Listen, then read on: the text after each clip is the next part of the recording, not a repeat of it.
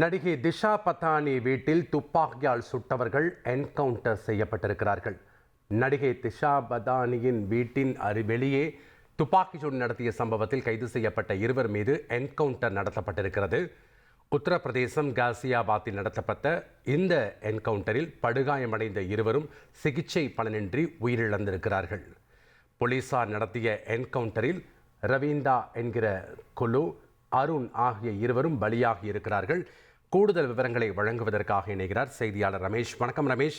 நடிகை திஷா பதானி வீட்டில் துப்பாக்கியால் சுட்டவர்கள் தற்போது என்கவுண்டரில் கொல்லப்பட்டிருக்காங்க. முழு விவரங்களை பதிவு பண்ணுங்க. ஒரு 2 நாட்களுக்கு முன்பு உத்தரப்பிரதேச மாநிலம் ராய்பரேலியில் இருக்கக்கூடிய பாலிவுட் நடிகை திஷா பதானியினுடைய தந்தை வீடு முன்பு சில மர்ம நபர்கள் துப்பாக்கி சூடு நடத்தியது பெரும் பரபரப்பை ஏற்படுத்தியது.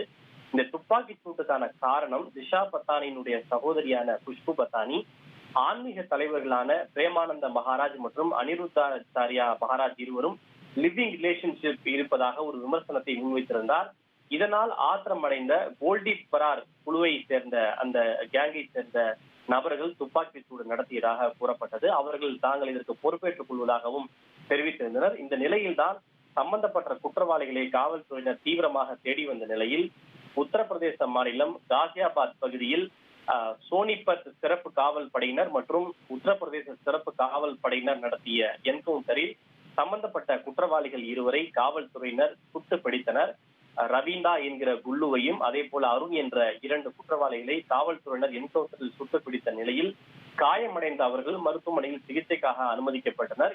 இருப்பினும் அங்கு சிகிச்சை பலனின்றி காயம் காரணமாக 2 பேரும் தற்போது உயிரிழந்திருப்பதாக காவல்துறையின் தரப்பில் அதிகாரப்பூர்வமாக தெரிவிக்கப்பட்டிருக்கிறது. நன்றி ரமேஷ்குமார், உங்களுடைய தகவல்களுக்கு.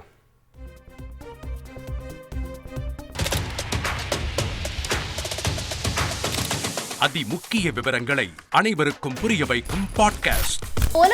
தவிர்க்க முடியாத முதல் மக்கள் வளைகுடா நாடுகள் பிரான்சிஸுக்கு பிரியா சம்பவங்களை தேடி களத்திற்கே உங்களை அழைத்து செல்லும் ஸ்பாட்லைட். அங்க இருக்கக்கூடிய கள விவரங்கள் என்ன? அமலாக்கத்துறை கடந்த 5 வருஷமாவே சார் எனக்கு ரொம்ப பிடிக்கும் அவர் வர்றதுக்காக.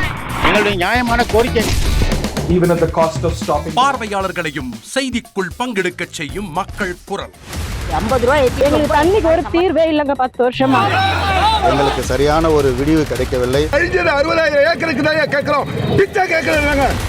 புத்தம் புதிதாக வித்தியாசமாக ஹெலிகாப்டர்களின் உதவி என்ன படிக்கலான்றதுல பேரண்ட்ஸும் என்கரேஜ் பண்ணணும், ஸ்டூடெண்ட்ஸும் தேர்வு செஞ்சு.